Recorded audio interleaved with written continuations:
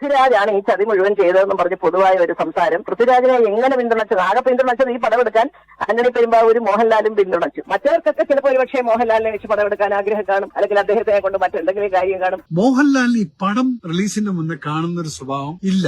Because ഞാൻ ആ cinema കണ്ടതാണ്. ഒരു 6 മണിക്കൂർ എടുത്തിട്ടാണ് ഈ സിനിമയുടെ കഥ പറയുന്നത്. ആ 6 മണിക്കൂർ ദൈർഘ്യമുള്ള നരേഷൻ കേട്ട 2 വ്യക്തികൾ ലാലേട്ടനും ശ്രീ ആന്റണി പെരുമ്പാവൂരുമാണ്. ഫ്രീ ടൈമുകളിൽ ഈ സ്പോട്ട് എഡിറ്റർ കാണിക്കും. ചിലപ്പോൾ മരത്തിന്റെ ചുവട്ടിലായിരിക്കാം, ഒരു പക്ഷേ അതിന്റെ ക്യാരവാനെ കൊണ്ട് നിർത്തിയായിരിക്കും. അപ്പോ നല്ല കാര്യങ്ങൾ സംസാരിക്കും.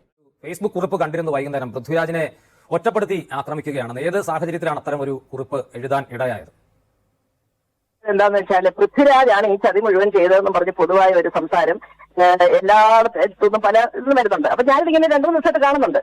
അപ്പൊ എന്താണ് ഇപ്പൊ ഇവിടെ നിങ്ങളെ തന്നെ ന്യൂസിനകത്ത് പൃഥ്വിരാജ് പിന്തുണച്ചവരെ ചതിച്ചെന്ന്. പൃഥ്വിരാജിനെ എങ്ങനെ പിന്തുണച്ചത്? ആകെ പിന്തുണച്ചത് ഈ പടമെടുക്കാൻ ആന്റണി പെരുമ്പാവൂരും മോഹൻലാലും പിന്തുണച്ചു അല്ലേ?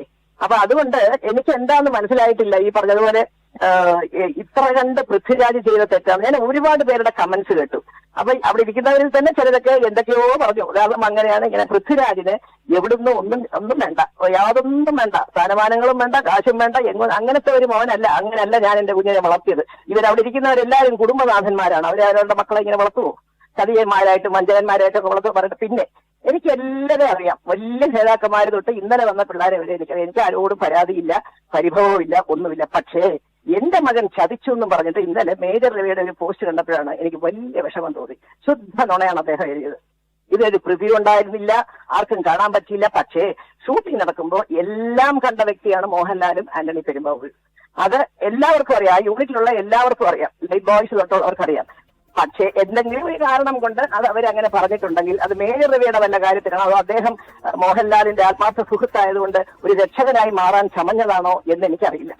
ഏതായാലും മോഹൻലാൽ പറഞ്ഞിട്ടില്ല പൃഥ്വിരാജ് ചതിച്ചെന്ന്, ആന്റണി പെരുമ്പാവൂരും പറഞ്ഞിട്ടില്ല ചതിച്ചെന്ന്. പിന്നെ എന്തുകൊണ്ട് ഞാനത് പോസ്റ്റ് ഇട്ടു എന്ന് ചോദിച്ചാൽ, ഇവിടെ ഒരുപാട് സംഘടനകളുണ്ടല്ലോ സിനിമയെ സംബന്ധിച്ച്. അവരുടെ സംഘടന, ഇവരുടെ സംഘടന, മറ്റവരുടെ സംഘടന, ആർട്ടിസ്റ്റുകളുടെ സംഘടന. ആരെങ്കിലും എന്തെങ്കിലും ഇത്രയും കാലം നിന്ന് നിങ്ങൾ എല്ലാവരും പറയാവുന്ന മലയാള സിനിമയുടെ ഒരു സംഭവമാണ് ഇത്. കഥ കൊണ്ടല്ല, അതിന്റെ ടേക്കിങ്സ് കൊണ്ടാണ് പൃഥ്വിരാജിന് കൂടുതൽ പേര്. നന്നായിട്ട് ഒരു വിദേശ പടം പോലെ എടുത്തിരിക്കുന്നതൊക്കെയാണ്. എനിക്ക് അമേരിക്കയിൽ നിന്നും ലണ്ടനിൽ നിന്നും ഓസ്ട്രേലിയയിൽ നിന്നും എന്റെയൊക്കെ ഫോണിൽ കിടപ്പുണ്ടല്ല. എന്ത് വേണമെങ്കിലും ഞാൻ തെളിവ് തരാം. അപ്പൊ അതുകൊണ്ട് അങ്ങനെ പറയുന്ന ഒരു ചിത്രം എടുത്ത് മലയാള സിനിമയ്ക്ക് അതൊരു നല്ല പേര് തന്നെയാണെന്ന് അവർ അഭിനയിച്ചവർ വരെ എന്നോട് വിളിച്ചു പറയുമ്പോൾ അങ്ങനെ ഒരു കുട്ടിയെ ചതിയനെന്ന് മുദ്രകുത്താൻ അവിടെ ഇരിക്കുന്ന ആർക്കൊക്കെയാണ് മനസാക്ഷിയുള്ളത്? മല്ലിക സുകുമാരൻ, എനിക്ക് മനസ്സിലാവാത്തത് മല്ലിക ഇപ്പോൾ പറഞ്ഞതുപോലെ ഇത്രയധികം മലയാള സിനിമയ്ക്ക് വേണ്ടി സംഭാവനകൾ ചെയ്ത പൃഥ്വിരാജിനെ പിന്തുണയ്ക്കാൻ ഈ പറയുന്ന ആളുകൾ, ഇപ്പോ മേജർ രവി മോഹൻലാലിന്റെ ആത്മാർത്ഥ സുഹൃത്താണെന്ന് പറഞ്ഞു. മോഹൻലാൽ അടക്കം മേജർ രവി പറഞ്ഞതുപോലെ അല്ല എന്ന് പരസ്യമായി വന്ന് പറയുന്നില്ല. ഫേസ്ബുക്ക് പോസ്റ്റ് മോഹൻലാലിന്റെ ഖേദപ്രകടനത്തിൽ പോലും എവിടെയോ എല്ലാവരും ഉത്തരവാദിത്വം ഏറ്റെടുക്കുന്നു എന്ന് പരോക്ഷമായി പറഞ്ഞു പോകുന്നത് മോഹൻലാൽ പറഞ്ഞിട്ടുണ്ട്. അതിന് എല്ലാവർക്കും കൂട്ടുത്തരവാദിത്തമാണ്. അദ്ദേഹം ഇന്നൊരു പോസ്റ്റ് ഇട്ടിട്ടുണ്ട്. പക്ഷെ അത് കുറച്ചുകൂടി നേരത്തെ ആകാമായിരുന്ന ഒരു വിഷമമുണ്ട്. കാരണം എനിക്ക് ലാലുവിനെ ഇന്നലെയുള്ള പരിചയമല്ല. പിന്നെ ഞാൻ എങ്ങനെയാണ് എന്റെ മക്കളെ വളർത്തിയത് ഇവർക്കൊക്കെ പറഞ്ഞു കൊടുക്കേണ്ട വലിയ നേതാക്കന്മാരുണ്ട് ഇവർ ഈ പറയുന്ന സംഘടനയിൽ. അവരിൽ 1-2 പേര് ഇപ്പോഴില്ല. മാരാർ സാറില്ല, പി മുന്തേട്ടനില്ല. അല്ലെങ്കിൽ അവർ ഒച്ചത്തിൽ വിളിച്ചു പറഞ്ഞേനെ. അതൊന്നും എന്നെ പഠിപ്പിക്കരുത്. ഞാൻ എന്റെ കുഞ്ഞുങ്ങളെ അങ്ങനെയാണ് ഞാൻ വളർത്തിയിരിക്കുന്നത്. ഈശ്വര വിശ്വാസം, അടുക്കും ചിട്ടയുള്ള ജീവിതം, നുണ പറയരുത്, കാര്യസാധ്യത്തിന് വേണ്ടി ഏതെങ്കിലും മൈക്കിന്റെ മുമ്പിൽ നിന്ന് വാചകസംസ്ഥ കാണിക്കരുത്. അങ്ങനെ തന്നെ ഇനി ഞാൻ പഠിപ്പിക്കുള്ളൂ. ആരുടെയും മുമ്പിൽ ഒരു അടിമയായിട്ട് നിന്നുകൊണ്ട് എന്തെങ്കിലും കാട്ടിക്കൂട്ടി അവൻ എന്തെങ്കിലും ഒരു സ്വാർത്ഥ ലാഭത്തിന് വേണ്ടി ഒരു ജോലി സ്ഥലത്തും എന്റെ കുഞ്ഞുങ്ങളെ ഞാൻ വിടില്ല. അത് ഞാൻ മല്ലിക, ഈ പൃഥ്വിരാജിനോട് ഇപ്പൊ ഇവരെല്ലാവരും കൂടി ചെയ്ത സിനിമയാണ്, എല്ലാവർക്കും പങ്കുണ്ട്. പൃഥ്വിരാജിനെ മാത്രം ഒറ്റതിരിഞ്ഞ് ആക്രമണം ഉണ്ടാകുന്നത് എന്തുകൊണ്ടായിരിക്കും? അല്ല, പൃഥ്വിരാജിനെ മാത്രം ഒറ്റത്തിരിഞ്ഞ് ആക്രമണം ഉണ്ടായത് ഒരു പക്ഷേ എനിക്ക് തോന്നുന്നത് പൃഥ്വിരാജിന് ഈ സിനിമയിലെ ഈ ഒരു വലിയ കൂടെ നടക്കുന്ന കമ്പനി ഇല്ലാത്ത ഒരാളാണ്. പണ്ടുമില്ല, ഇന്നുമില്ല. പൃഥ്വിരാജ് ഇങ്ങനെ ഒരു കൂട്ടം ആൾക്കാരെ കൊണ്ട് നടക്കുമോ? അവനത്ര വലിയ സൂപ്പർ താരമൊന്നും അല്ലായിരുന്നല്ലോ. മറ്റവർക്കൊക്കെ ചിലപ്പോൾ ഒരുപക്ഷെ മോഹൻലാലിനെ വെച്ച് പടമെടുക്കാൻ ആഗ്രഹം കാണും, അല്ലെങ്കിൽ അദ്ദേഹത്തെ കൊണ്ട് മറ്റെന്തെങ്കിലും കാര്യം കാണും. പിന്നെ ഇതിൽ മാത്രമൊന്നും പറയണ്ട. സിനിമയിലുള്ളവരും പലതരത്തിൽ അവനെ ഏതെല്ലാം തരത്തിൽ ആക്രമിക്കാമോ അതൊക്കെ ഒരു ഭാഗത്ത് നടക്കും. അതൊന്നും എനിക്ക് പരാതിയില്ല. കാരണം രാഷ്ട്രീയത്തിലുള്ള ആളുകളും സ്വാർത്ഥ താല്പര്യത്തോടെ പൃഥ്വിരാജിനെ ഒറ്റപ്പെടുത്തുന്നതിൽ പങ്കാളികളാണോ? അതെ, ഇപ്പോ സിനിമയിലുള്ള ആളുകളും ഇപ്പോഴത്തെ ഈ ഒറ്റപ്പെടുത്തലിന്റെ സിനിമയിലുള്ള ചിലരൊക്കെ എനിക്ക് ഇവിടുന്നൊന്നും അല്ല, എനിക്ക് കിട്ടിയ വാർത്തകൾ പലതും വരുന്നതൊക്കെ സിനിമയിലുള്ളവർക്കും ഒരു ശത്രുതയുണ്ട്. എന്തെല്ലാം ഞാൻ കേൾക്കുന്നു വിടുന്നുണ്ട്. അതാണ് ഞാൻ എന്റെ പോസ്റ്റിൽ ഒരു വാചകം എഴുതിയിട്ടുണ്ട്. എവിടുന്നെങ്കിലും എന്തെങ്കിലും സ്ഥാനമാനങ്ങളോ അംഗീകാരങ്ങളോ പിടിച്ചു പറ്റാനാണ് ഈ ആക്രോശവും എപ്രാളവും ഒക്കെ ഇവർ കാണിക്കുന്നെങ്കിൽ ഇവ ഞങ്ങൾക്കൊന്നും വേണ്ട. ഞങ്ങൾ കഞ്ഞി കുടിച്ചിട്ട് ചമ്മന്തിയൊക്കെ അരച്ചുകൂടെ ജീവിച്ചുള്ള ഒന്നും തരണ്ട. ഇതിനൊക്കെയുള്ള അത്യാവശ്യം എന്റെ സുഖട്ടൻ ഉണ്ടാക്കിയിട്ടുണ്ട്, എന്റെ അച്ഛനമ്മമാരുണ്ടാക്കിയിട്ടുണ്ട്. ഞാൻ ഏത് കുടുംബത്തിലാണ് അവിടെ ഏഷ്യാനെറ്റിൽ ഇരിക്കുന്നത് എല്ലാവർക്കും അറിയാം. ഞങ്ങൾ അങ്ങനെ പിള്ളേരെ വളർത്തുന്നവരല്ല. അത്രയ്ക്കങ്ങ് അടച്ചാക്ഷേപിക്കരുത് എന്റെ മക്കളെ.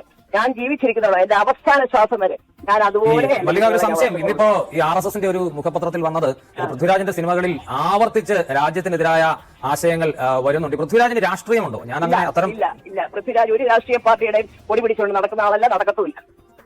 പൃഥ്വിരാജ് നല്ലത് കണ്ടാൽ നല്ലതെന്ന് പറയും. അത് ഏത് പാർട്ടിക്കാർ ചെയ്താലും. തെറ്റ് കണ്ടാൽ തെറ്റെന്ന് പറയും, ശരി കണ്ടാൽ അത് ഞാനും പറയും. എന്നോട് ആർക്കും വിരോധമില്ല. ഞാൻ ഇന്ന് ഭരിക്കുന്ന സർക്കാരിനോടും മുമ്പ് ലീഡറായിരുന്ന എന്റെ വലിയ ഗുരുനാഥൻ ശ്രീ കെ കരുണാകരൻ അദ്ദേഹത്തിനോട്, ഇന്നത്തെ ശ്രീ പിണറായി വിജയനോട്, ഇവരോടൊക്കെ ഞങ്ങൾ ധാരാളം ഒരു മനസ്സിൽ അതൊക്കെ നമ്മൾ സ്വാഭാവികമായിട്ടും ഞാനൊരു രാഷ്ട്രീയക്കാരിയാണെങ്കിലല്ലേ അവരെ കത്തിക്കേണ്ട കാര്യമുള്ളൂ. അത് വലിയ ചേച്ചിയുടെ അഭിപ്രായം പറഞ്ഞു. അതെല്ലാവർക്കും ഇല്ല. ഇപ്പൊ ഇവരൊക്കെ പറയുന്ന പോലെയുള്ള ഈ ആവിഷ്കാര സ്വാതന്ത്ര്യം, അഭിപ്രായ സ്വാതന്ത്ര്യമൊക്കെ എന്തിനാണ് ഈ പറഞ്ഞതുപോലെ ഏറ്റവും ചെറുപ്പക്കാരനായ ഇൻഡസ്ട്രിയിൽ വളർന്നു വന്ന് ഒരു പേരെടുക്കണമെന്ന് ആഗ്രഹിക്കുന്ന ഒരു കുട്ടിയുടെ നേരെ ഈ ആക്രമണം എന്നുള്ളത് ബുദ്ധിയുണ്ടെങ്കിൽ അവിടെ ഇരിക്കുന്ന വിവേകമതികളായ ഓരോരുത്തർക്കും അറിയാം. ഇത് ഇൻഡസ്ട്രിയിൽ കൊണ്ട് ഇതിന്റെ ശത്രുത. അതിന് ആരെയൊക്കെയോ അവരെയൊക്കെ കരുവാക്കുക. അല്ലാതെ എനിക്കറിയാം, എല്ലാ വലിയ നേതാക്കന്മാരെ എനിക്കറിയാം. അവരൊക്കെ ഇങ്ങനെ പറയത്തില്ല. ഇങ്ങനെ വരെ ആളുകൾ പറയുന്നുണ്ട് ഈ മുസ്ലിം തീവ്രവാദികളുടെ കയ്യിലെ കരുവാണ്. ഞാൻ എവിടെയോ വായിച്ചത് ഇതുപോലെ ആരോ പറഞ്ഞു. കാരണം ഈ ആടുജീവിതത്തിന്റെ അവിടുത്തെ മുസ്ലിങ്ങളോടൊന്ന് പോയി ഹിന്ദുക്കളോടൊക്കെ ഒന്ന് ചോദിച്ചു നോക്കി എങ്ങനെയാണ് സുകുമാരന്റെ കുടുംബം എന്നുള്ളത് അവർ പറയും. ഹിന്ദുക്കളും പറയും, മുസ്ലിങ്ങളും പറയും. അവരാരും പറയത്തില്ല. ഇത് ഇവിടെ ഉള്ളവർ പറയുന്നതാ. ആടുജീവിതം സിനിമയുടെ ഷൂട്ടിന്റെ സമയത്തൊക്കെയാണ് പൃഥ്വിരാജ് ഈ സ്വാധീനത്തിന് അകപ്പെട്ടത്. ഇതിന്റെ ഫണ്ടിങ് ആടുജീവിതത്തിന്റെ ഷൂട്ടിന്റെ സമയത്താണ് ഈ സ്വാധീനത്തിന് അകപ്പെട്ടത്. എന്താണെന്നറിയോ, ആടുജീവിതത്തിന്റെ ഒരു ഞാൻ പറഞ്ഞതല്ല. പച്ചവെള്ളം പോലും ദൂരെ നിന്ന് 50 മൈൽ ദൂരത്തുനിന്ന് കൊണ്ടുപിടുക്കുന്ന രാജ്യത്ത് കിടന്നുകൊണ്ട് പൃഥ്വിരാജ് സ്വാധീനിച്ചെന്നോ എന്തൊക്കെ ഇതൊക്കെ പറയുമ്പോഴേ നമ്മളെ കുറിച്ച് കൂടെ നമ്മൾ സ്വയം ഒരു അസസ്മെന്റ് നടത്തണം. അങ്ങനത്തെ മണ്ടത്തെ ഒന്നും പറയും. പിന്നെ ഞാൻ കേട്ടു ഇന്നലെ ഓരോരുത്തരൊക്കെ പറഞ്ഞത് അവർ അവിടുത്തെ ഏതാണ്ടോ കൊടുത്തു, ഇങ്ങനെ കൊടുത്തു, അങ്ങനെ കൊടുത്തു. വേണ്ട, ഞങ്ങൾക്ക് ആരുടെ ഒന്നും വേണ്ട. ഞങ്ങളുടെ പാട്ടിന് വിട്ടേക്ക്. ഞാൻ എന്റെ മോനെ പറഞ്ഞതാണ്. ഇനി നീ നിന്റെ വഴിക്ക് ജീവിക്കുക, ആർക്കും വേണ്ടി ഒന്നും ചെയ്യാതെ. ഒറ്റ കാര്യം കൂടെ മല്ലിക സുകുമാരൻ. ഒന്ന്, ഈ പൃഥ്വിരാജ് ഈ ഒറ്റപ്പെടൽ അനുഭവിക്കുന്നുണ്ടോ? ഇപ്പൊ രണ്ട്, ഈ മല്ലിക ഈ സിനിമ കണ്ടപ്പോൾ ഇതിനെന്തെങ്കിലും ഈ തരത്തിലുള്ള രാഷ്ട്രീയ പ്രശ്നങ്ങളുണ്ടെന്ന് മല്ലികയ്ക്ക് തോന്നിയിരുന്നു? എന്റെ പൊന്നുമോനെ, ഞാൻ ഒരു കാര്യം ചോദിക്കട്ടെ. ഇവിടെ എത്രയോ പകവീട്ടലിന്റെ കഥകൾ വന്നിരിക്കുന്നു. വടക്കൻ വീരഗാഥമൊക്കെ നമ്മൾ ഇങ്ങോട്ട് ഈ പറഞ്ഞതുപോലെ പകവീട്ടലിന്റെ കഥകൾ എത്രയോ. അന്നൊന്നുമില്ലാത്ത മുറവിളി ഇത് എവിടുന്നാ? ഇത് ഇവരുടെയൊക്കെ പിന്നിൽ ആരൊക്കെ ഉണ്ടെന്നേ. അതായത് ഇവർ സ്വന്തമായിട്ടൊന്നും മല്ലിക സുകുമാരന്റെ മക്കൾ ഇങ്ങനെയാണെന്നൊന്നും പറയത്തില്ല. പറയാൻ ഇവർ ആരാധിക്കുന്ന ഗുരുനാഥന്മാരുടെ ആത്മാക്കൾ മുകളിൽ ഇരുന്ന് കാണുന്നുണ്ട്. പറയാതെ അവരെ നമുക്കൊക്കെ വേണ്ടപ്പെട്ട ഒരു കുടുംബമാണ്. ഏത് സമയത്തും ഏത് പാർട്ടിക്കാർ വന്നാലും സസന്തോഷം സ്വീകരിച്ച് ചായ കൊടുക്കുന്ന വീടാണ് എന്റേത്. അതെല്ലാവർക്കും അറിയാം. എനിക്ക് ഇന്നത്തെ സർക്കാരിലുള്ള എല്ലാ മന്ത്രിമാരോടും എനിക്ക് ബഹുമാനമാണ്. കോൺഗ്രസ് ഭരിച്ചു എല്ലാവരും പറയാം. നമുക്ക് സ്ഥലം നമ്മളിപ്പോ വോട്ട് ചെയ്യാൻ പോലെ എങ്ങനെ ഇപ്പൊ ഇന്നിപ്പോ ഒരാളെന്നോട് ചോദിച്ചു, ഇന്ന് ഒരു അഭിപ്രായം പറയും, നാളെ വേറെ അഭിപ്രായം പറയും. ഞാൻ അങ്ങനെയല്ലേ സിനിമ കാണുന്നതും അങ്ങനെയാണ്, വോട്ട് ചെയ്യാൻ പോകുമ്പോൾ എങ്ങനെ നമ്മൾ കാണുമ്പോൾ താണ് വീണ് വരും. പക്ഷെ അതിനകത്തോട്ട് കയറി കഴിയുമ്പോൾ വേറെ വല്ലവർക്കും ആയിരിക്കും നമ്മൾ വോട്ട് കൊടുക്കുന്നത്. നമുക്ക് ഇഷ്ടമുള്ള വോട്ട്. ഇത്രയൊക്കെയുള്ള ചെറിയ കാര്യങ്ങളാണതൊക്കെ. നിങ്ങൾക്കൊക്കെ പരിചിതരായ ഈ ചലച്ചിത്ര മേഖലയോടൊക്കെ നല്ല ബന്ധമുള്ള സുരേഷ് ഗോപിയൊക്കെ ഇപ്പോൾ കേന്ദ്രമന്ത്രിയാണ്.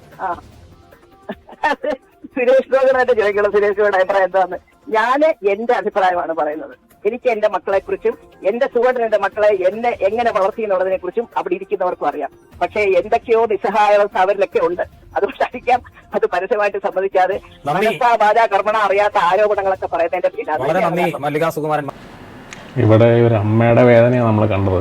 മേജർ രവി വന്ന അവസാനം പൃഥ്വിരാജിന്റെ തലതൊട്ട് വെച്ച പോലെയായി. ഞാൻ അറിയുന്ന മോഹൻലാലിനെ കുറിച്ച് പറഞ്ഞു കഴിഞ്ഞാൽ, ഒരു പ്രാവശ്യം ഇദ്ദേഹം കഥ കേട്ടുകഴിഞ്ഞാൽ പിന്നീട് ഒരിക്കലും 5 സിനിമ ഞാൻ ചെയ്തിട്ടുണ്ട്. സുഹൃത്തുക്കളെ, നിങ്ങൾ അറിയാത്ത ചില കാര്യങ്ങളാണ് ഞാൻ പറയുന്നത്. ഞാനിത് വൈറ്റ് വാഷ് ചെയ്യാനോ ഇതിനല്ല. ഞാൻ അറിയുന്നത് ഞാൻ സത്യസന്ധമായിട്ട് ഞാൻ നിങ്ങളോട് പറയാം.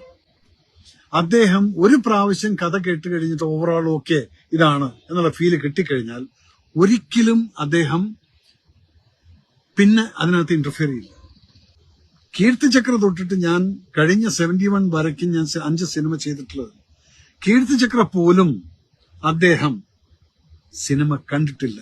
I swear. സിനിമ റിലീസാവുന്നതിന് മുന്നേ അദ്ദേഹം ഫുൾ സിനിമ, ഞാൻ എന്നെ ഏറ്റവും അധികം വിശ്വസിക്കുന്നു, അദ്ദേഹം കീർത്തിചക്ര ഫുൾ സിനിമ റിലീസിന് മുന്നേ കണ്ടിട്ടില്ല.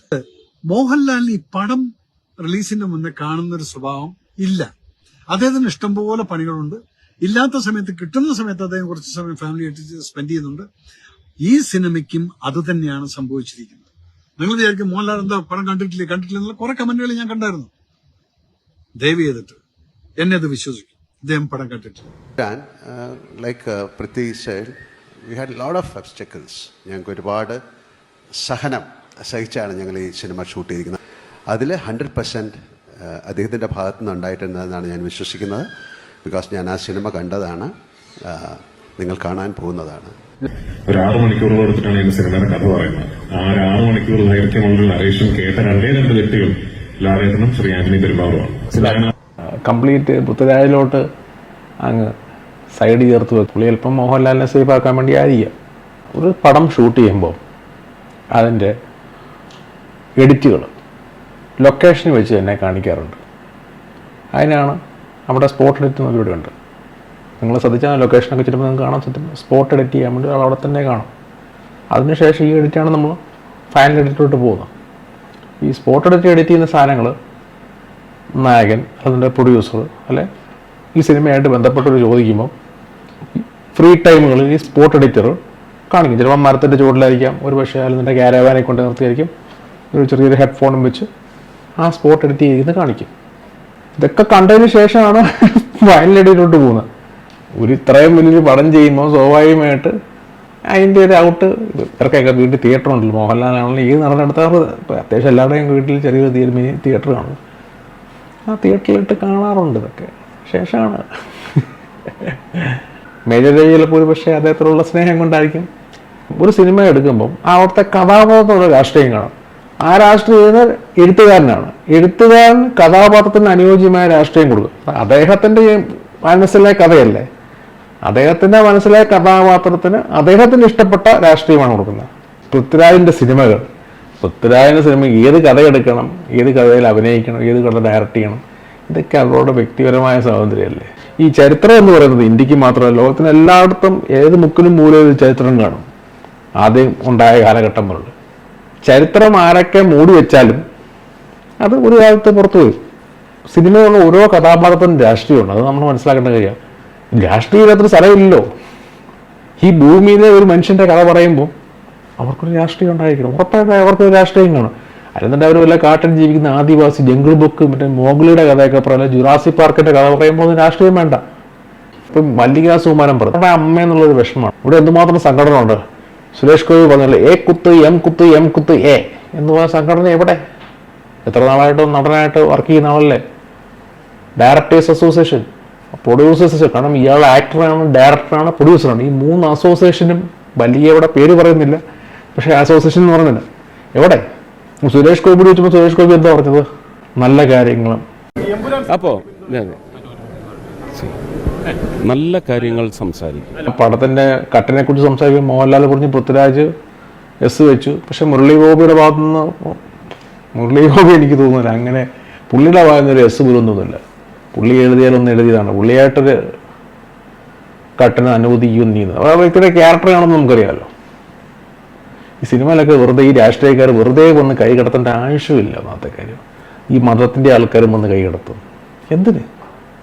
എന്ത് യൂസ് ഇരിക്കുന്നു? ഒരു 2-3 ദിവസമായിട്ട് സോഷ്യൽ മീഡിയ തുറക്കാൻ പറ്റാത്തൊരവസ്ഥയാണ്. ഇത് തന്നെയാണ് എമ്പുരാൻ.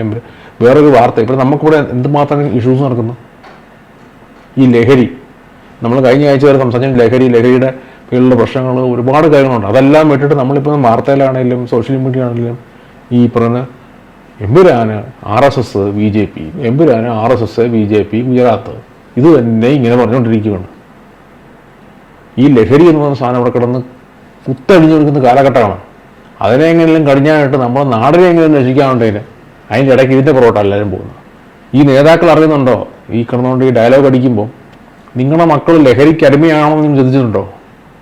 നിങ്ങളിവിടെ ഗുജറാത്തിന് വേണ്ടിയും RSSന് വേണ്ടിയും ശക്തമായി ഘോരമായി പ്രസംഗിക്കുമ്പം നിങ്ങൾ ചിന്തിക്കേണ്ടത് നിങ്ങളുടെ മക്കൾ അല്ലെങ്കിൽ നിങ്ങളുടെ സ്നേഹിതർ അല്ല അവരൊക്കെ ലഹരിക്ക് അടിമപ്പെട്ട് കിടക്കുന്നവരുണ്ടെന്നുണ്ടെങ്കിൽ അവരെ എങ്ങനെയെങ്കിലും കരകയറ്റാൻ അല്ലെങ്കിൽ നാട്ടിൽ എന്തെങ്കിലും നാട്ടുകൾക്ക് പ്രയോജനം ചെയ്യുന്നതിലും നമുക്ക് എന്തുമാത്രം നല്ല കാര്യങ്ങൾ, ഈ നാടിന് വികസനം എന്തുമാത്രം ആവശ്യമുണ്ട്, അതിൻ്റെ കാര്യങ്ങൾ വീഡിയോ ഇഷ്ടപ്പെട്ടെങ്കിൽ ലൈക്ക് ചെയ്യുക, ഷെയർ ചെയ്യുക, സബ്സ്ക്രൈബ് ചെയ്യുക. Okay, by.